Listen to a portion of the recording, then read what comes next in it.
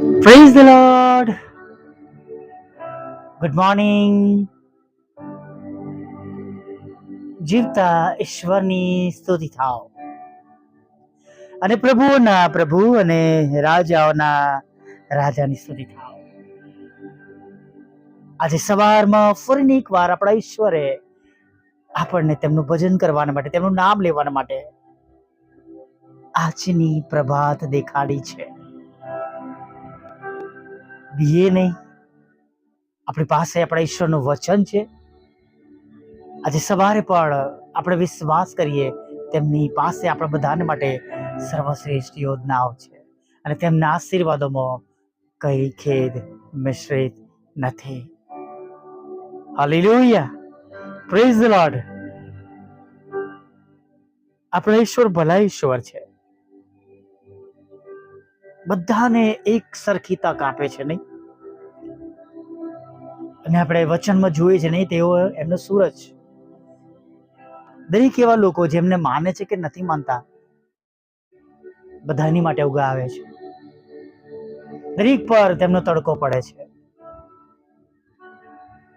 પ્રભુ ક્યારેય પક્ષપાત કરતા નથી, બધાને એક સરખી તક આપે છે. આપણે તક મેળવી છે, પ્રાપ્ત કરી છે, આપણે સાવધાન થયા છે, તો આપણે પણ પ્રાર્થના કરીએ કે બીજાઓ પણ સાવધાન થાય, પ્રભુનો સ્વીકાર કરે અને જગતના જીવનથી બહાર આવે, પાછા ફરે. Hallelujah, praise the lord. આજે સવારમાં આ સુંદર દિવસ આપ્યો છે, ત્યારે કદાચ તમારી પરિસ્થિતિ સારી હોય, સારી હોય ન હોય, દુઃખી હોવ, અથવા તમે કોઈ મૂંઝવણમાં હોવ, કોઈ એવી બાબતોને માટે તમે ચિંતિત હો, પરેશાન છો, તો ગભરાઈએ નહીં. બધું જ આપણા પ્રભુના ચરણોમાં મૂકી દઈએ. પ્રભુનું વચન આજે સવારે પણ આપણી પાસે છે. ઓ વૈતૃ કરનારાઓ તથા બહારથી લીધેલાઓ, તમે સગડા મારી પાસે આવો અને હું તમને વિશ્રામો આપીશ. હાલેલુયા. એથી વિશેષ આગળ જોઈએ તો પિત્તર કહે છે તેમના પત્રમાં, તમારી સર્વ ચિંતાઓ તેમને સોંપી દો અને તમારી સંભાળ રાખશે. Hallelujah, praise the lord. જેટલી વાર આપણે આપણા પ્રશ્નોને આપણા મન પર રાખીશું, આપણા વિચારોમાં રાખીશું, જેટલી વાર આપણા પ્રશ્નોને પકડી રાખીશું, એટલી વાર એ આપણને તકલીફ આપશે. ચોક્કસ, આપણે મનુષ્ય છે, જાણે અજાણે અનાયાસે પાછા વિચાર આપણામાં આવે છે, પણ આપણે પ્રાર્થના કરીએ કે મેં પ્રાર્થના કરી છે અને ખચિત મારા ઈશ્વર, મારા પ્રભુ, મારા પરમેશ્વર મારું સાંભળશે. Hallelujah, praise the lord. પ્રભુ મહાન ઈશ્વર છે. હાલેલુયા.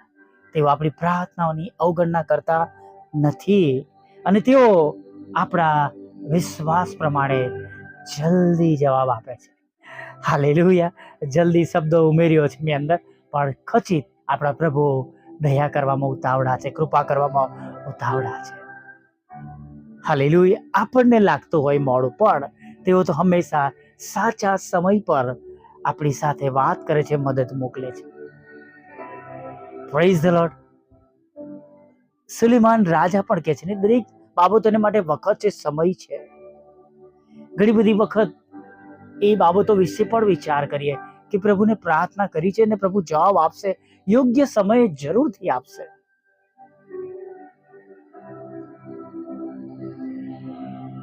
દરેકને માટે સર્વશ્રેષ્ઠ યોજનાઓ છે અને એ પૂરી થશે, ચાહે તમારા માટે હોય કે મારા માટે હોય.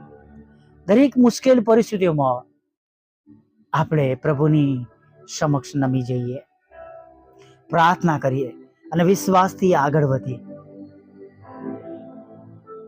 હા, નિરાશ થઈને, રડીને, દુઃખી થઈને, શેતાનને આનંદ થવાના પ્રસંગો આપણા જીવનમાં ન આપીએ. એવી પરિસ્થિતિમાં પણ મજબૂત વિશ્વાસ રાખીએ જ્યારે કંઈ પણ સારું થવાનું ન હોય. કંઈ પણ સારું દેખાતું ના હોય, કંઈ પણ સારું થઈ રહ્યું ના હોય. કેમ કે અય્યુબના જીવન માટે શૈતાન દેવને કહે છે તે બધું સારું આલ્યું છે એટલે તારું ભજન કરે છે. ત્યારે આપણે આપણા પ્રભુને આપણા જીવનમાં જાણે જીતાડવાના છે. ખરાબ પરિસ્થિતિમાં કદાચ પ્રભુને કહેતા હોય શૈતાન તેને સારું આલ્યું છે એટલે તારું ભજન કરી રહ્યો છે, કરી રહી છે. આપણા દુઃખ દે, આપણે મજબૂત રહીએ. આપણી પરિસ્થિતિઓમાં આપણા ઈશ્વરને આપણે જાણે વિજયી બનાવીએ, તેમની પાછળ ચાલીએ. અને પ્રભુ બધું જાણે છે, ભલું કરવાનું જાણે છે. હાલેલુયા. આપણી અઘરી પરિસ્થિતિમાં મજબૂત બનીએ, પ્રાર્થનાની સાંકળને વધારીએ, મજબૂત કરીએ. કુટુંબ સાથે, પરિવાર સાથે આપણે પ્રાર્થનામાં નમી જઈએ. હાલેલુયા. મેં એક વખત કહ્યું હતું નહીં, મારા ઘરમાં જે મેઇન લાઈન જે બહાર થાંભલા પરથી આવે એ લાઈન કોઈકના ધાબા પર એમનો જે અંદર જે સળિયા નાખે મકાન બનાવતી વખતે એ સળિયામાં વાયર ટચ થતો હતો અને એના થ્રુ મારા આખા ઘરમાં કરંટ આવતો હતો. અમે 1.5 દિવસ રહ્યા એ ઘરમાં. શનિવાર બપોર પછી એ મારા ઘરને ચારે તરફ પાણીમાં હાથ ના લગાવાય. હું, મારા દીકરી, મારા પપ્પા અને મારા દાદી હતા એ સમયની અંદર. અને અમે બધાએ હાથ પકડીને પ્રાર્થના કરી કે પ્રભુ અમારું રક્ષણ કરજો, અમને બચાવજો, ફોલ્ટ મળે નહીં. જ્યાં ફોન કર્યો, જે જગ્યા પર વીજળી આપણને આવતી હોય ત્યાંથી માણસ જલ્દી પહોંચ્યા નતા. પહેલા તો ફોલ્ટ જ ન મળે. પણ એ સમય દરમિયાન એક વીજળીનું બોર્ડ ખરાબ થઈ જતા મેં ઇલેક્ટ્રિશિયન બોલાવ્યા હતા અને તેમના દ્વારા એ શોધવામાં આવ્યું એ ફોલ્ટ. અને જ્યારે વીજ મથકથી તેમના માણસ આવ્યા અને તેમણે ટેસ્ટરથી, ડિજિટલ ટેસ્ટરથી ચેક કર્યું તો એ કહેવા લાગ્યા કે તમે કાલના આ પરિસ્થિતિમાં જો કોઈ શક્યતા નથી, આટલો બધો કરંટની અંદર રહેવું એ પોસિબલ નથી. અને એને તત્કાળ બીજા 2 માણસોને બોલાવી લીધા, વીજળી બંધ કરાવી અને બધું કામકાજ શરૂ કર્યું.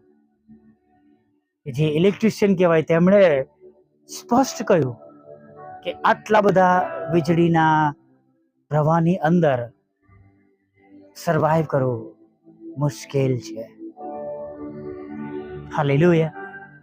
પ્રભુ આપણું રક્ષણ કરે છે, જાણે સિંહોના બિલમાં અમારું રક્ષણ કર્યું. અમને કોઈને હાનિ થઈ ન હતી. દરવાજાની બહાર ના જવાય. અમારું જે અમારું પેટ કહેવાય એ જ્યારે દરવાજો ઓળંગતું નહોતું ત્યારે અમને ખબર પડી કે અમારા ઘરમાં જમીનમાં પણ ધગધગતા અંગારાની જેમ એ એટલો વિસ્તાર તપી ગયો છે. પગ મૂકવાથી દાઝી જવાય. ત્યારે અમને ખબર પડી કે અમારા બહાર નીકળવાના રસ્તામાં પણ અવરોધ છે. એવી ભયંકર પરિસ્થિતિમાં જીવતા ઈશ્વરે મારું રક્ષણ કર્યું, અમને બચાવ્યા, અમને સુરક્ષિત રાખ્યા. હાલેલુયા. પણ મેં કહ્યું એમ કે આપણે બધાએ પ્રભુની આગળ નમી જવાનું છે. Praise the lord. અને જ્યારે આપણી પરિસ્થિતિને આપણે પ્રભુના હાથમાં સોંપી દઈએ છીએ, પ્રભુને કહે છે પ્રભુ હું નથી કરી શકતો પણ તમે મને મદદ કરો. હાલેલુયા. ચોક્કસ પાઉલ આપણને શીખવાડે છે કે તેમની સહાયથી આપણે બધું કરી શકીએ છીએ. અને તેમની સહાય માગીશું, મદદ માગીશું તો એવી પરિસ્થિતિમાં પણ આપણે સર્વાઈવ કરી શકીશું. Praise the lord. હાલેલુયા. કોઈ મુશ્કેલીઓમાં છે, કોઈ દુઃખોમાં છે તો સૌથી બેસ્ટ વે પ્રથમ એ છે પ્રભુની પાસે જઈએ, કુટુંબ સાથે, પરિવાર સાથે. હાલેલુયા. Praise the lord. અને હું તમને સાચે જ કહું છું એનું ફળ તમે જોયા વગર રહેશો નહીં. કેમ કે પ્રભુને આનંદ થાય છે જ્યારે આપણે કુટુંબ સાથે, પરિવાર સાથે તેમની આગળ નમી જઈએ છીએ. હાલેલુયા. Praise the lord. આ મારો અનુભવ છે, મેં મારી સાક્ષી તમને કીધી. કદાચ એવું કોઈ જગ્યાએ તમને લખેલું વાંચવા નહીં મળે કુટુંબ સાથે પ્રભુની આગળ નમી જાઓ. પણ હું તમને કહું છું કે જો તમારા કુટુંબના સર્વ સભ્યો એક ચેન બનાવીને પ્રભુને આગળ તમે નમીને પ્રાર્થના કરશો, તેનું પરિણામ જેમ મેં જોયું છે એમ તમે પણ જોયા વગર રહેશો નહીં. હાલેલુયા. આવી એક નાની પ્રાર્થના સાથે આપણે પ્રભુએ આપેલા આજના દિવસમાં આગળ વધીએ. વાલા પ્રભુ, અમે તમારી સ્તુતિ કરીએ છીએ ને તમારો પુષ્કળ આભાર માનીએ છીએ પ્રભુ. આભાર માનતા પ્રભુ તમારી સમક્ષ નમી જઈએ છીએ પ્રભુ. Thank you lord, thank you Jesus. આજે પ્રભુ અમારી સાથે રહેજો, અમારી સંભાળ પ્રભુ તમે લેજો. આ દિવસને પ્રભુ અમે આનંદ સાથે પસાર કરી શકીએ એના માટે તમારી મોટી દયા, તમારી મોટી કૃપા, મોટી કરુણા અમારા પર રાખજો પ્રભુ. હા પ્રભુ, અમારા પ્રશ્નો, અમારી ચિંતાઓ બધું તમે જાણો છો. સાચે જ પ્રભુ, તમારાથી કંઈ છુપાયેલું નથી. અને જ્યારે પ્રભુ તમે જાણો છો અમારા બધા વિશે, ત્યારે પ્રભુ અમે તમને પ્રાર્થના કરીએ છીએ કે પ્રભુ અમારા માટે ઊભા થાવ, સાંભળનાર માટે ઊભા થાવ, વિશ્વાસ કરનાર માટે ઊભા થાવ પ્રભુ. અમારી મિનિસ્ટ્રી માટે ઊભા થાવ પ્રભુ, અમારી ટીમ માટે ઊભા થાવ. અને જે મુશ્કેલીઓ છે પ્રભુ, જે આપદાઓ છે, એમાં પ્રભુ તમે કૃપા કરો, દયા કરો, સંભાળો, બચાવો, છોડાવો. અને એક એક પ્રકારની જરૂરિયાતો પ્રભુ મારા સર્વન માટે તમે પૂરી પાડો તેવી પ્રાર્થના કરીએ છીએ. અત્યારે જ્યારે તમારી સમક્ષ નમ્યા છે પ્રભુ, અને અમારો વિશ્વાસ છે કે તમારી પવિત્ર હાજરી અમારી મધ્યે છે, ત્યારે પ્રાર્થના કરીએ છીએ પ્રભુ તમારો નવો અને તાજો સ્પર્શ આપો. હા પ્રભુ, અમારી ભૂલો, અમારા ગુનાઓ, જાણે અજાણે વિચારોમાં, વાણીમાં, વર્તનમાં, દ્રશ્ય અદૃશ્ય, જાહેર અને ગુપ્તમાં થયેલી છે, એને માફ કરો, શુદ્ધ કરો, પવિત્ર કરો પ્રભુ. અને પ્રભુ નવો અને તાજો સ્પર્શ આપો. સાથે પ્રભુ જેમને શેતાને જુદી જુદી બદીઓમાં બાંધી દીધા છે, તે સર્વ માટે પ્રાર્થના કરીએ છીએ. કૃપાળુ પ્રભુ, દયાળુ પ્રભુ, તમે તેઓને છોડાવો દારૂમાંથી, જુગારમાંથી, વ્યસનોમાંથી, પર સ્ત્રી પર પુરુષોના સંબંધોમાંથી પ્રભુ. અને પ્રભુ એવી એક ખરાબ આદતોમાંથી, ખરાબ બાબતોમાંથી, ખરાબ નશાઓમાંથી, વાણી વર્તનમાંથી, સંગતોમાંથી તમે છોડાવો પ્રભુ.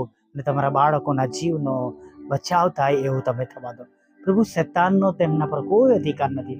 તમે પોતે વધસ્તંભ પર તેઓના માટે તમારું રક્ત વેવડાવ્યું છે. અમે તમારા લોહીનો દાવો કરીએ છીએ, તમે તેમને બચાવી લેજો પ્રભુ.